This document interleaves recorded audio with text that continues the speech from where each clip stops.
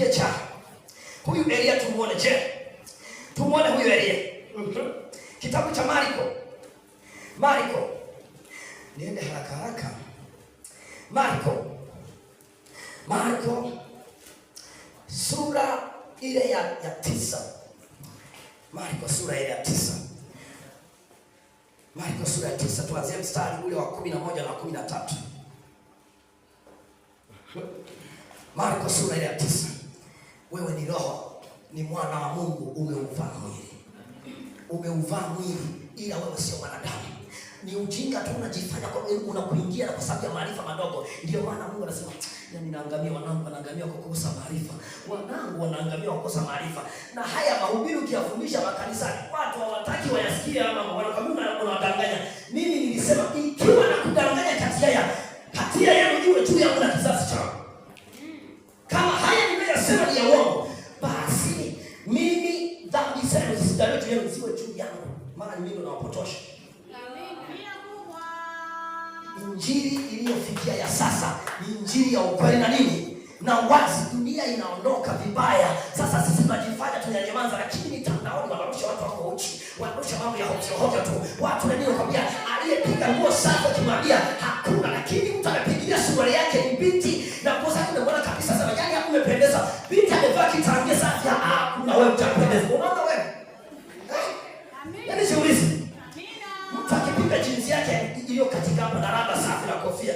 Mwanangu wewe umefanya nini wewe? Yaani wewe yani huko good yani. Like mtandaoni za kutosha. Piga suti, piga mtandao. Wawili watatu, si ndio Wawili ngapi? Unajua kwa nini? Shetani ana nguvu kusifia vitu vyake na anawafunga watu wakijua kama wao ni kweli. Bwana Yesu asifiwe. Sikiliza mstari wa 11 imeandikwa. Wakamuuliza wakisema, mbona waandishi hunena ya kwamba imempasa? Ngoja tusome kule juu kabisa. Hapa ni patamu kweli. Bwana Yesu asifiwe sana. Wanafunzi wake wanamuuliza Yesu mwenyewe. Nisikiliza sasa.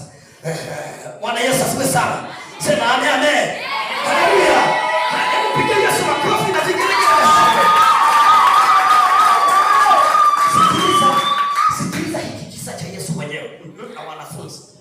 Nao walipokuwa wakishuka, ngoja tuanzie hapa mstari wa mstari ule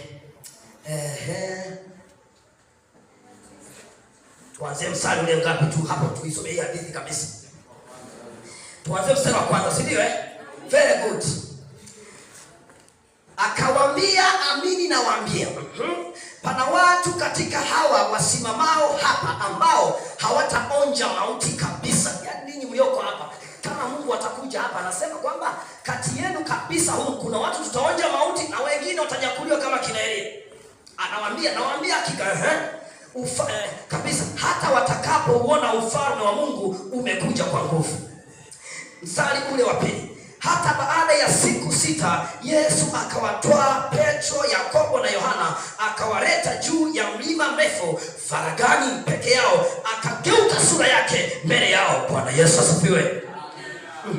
Mavazi yake ya kimetameta meupe mno, jinsi asivyoweza dobi duniani kufanya meupe. Wakatokewa na roho ya Elia, huyu Elia mwenyewe. Bwana Yesu asifiwe. Wakatokewa na Elia pamoja na Musa, nao walikuwa wakizungumza na Yesu. Yaani Yesu akawachukua kaenda mlimani kusali faragha. Yohana akachukua Petro, Yakobo na Yohana ameenda kusali. Wakati anasala akajitenga nao, kaenda pale mlimani akafunga akiwa naomba. Baada ya pale Petro, Mungu akakifunua macho, tazama kule. Kilipotazama kikamuona nani? Kikamuona Elia pamoja na nani? Na Musa.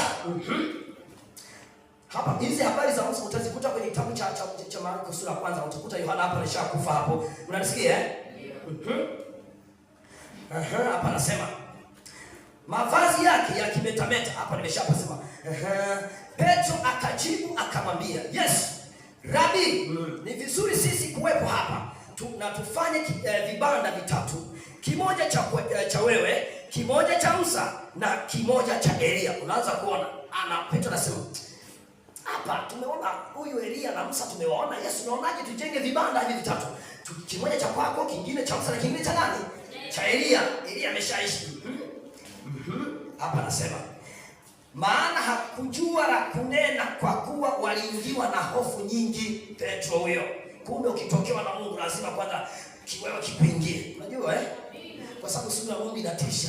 Na Mungu akitaka kuongea na wewe ulimwengu wa roho, kwa mfano pale kwenye ndoto, akija kuongea na wewe lazima achukue sura ya mtu wa karibu yako ambaye ni jepesi kuongea naye. Mnasikia? Mungu ni roho, akija kuongea na mtu kwenye ndoto, anajigeuza, anaweza kachukua sura ya huyu kaka, akikwambia ni Nathan, akisema kwamba Nathan akaja uone, Nathan akwambia wewe dada, wewe pale ulimkosea Mungu, pale ungefanya hivi. Wewe unabaki unajua ni Nathan. Mungu amevaa sura Nathan iwe vyepesi kuongea naye. Unanisikia ndugu zangu? Maarifa ya roho ya sasa.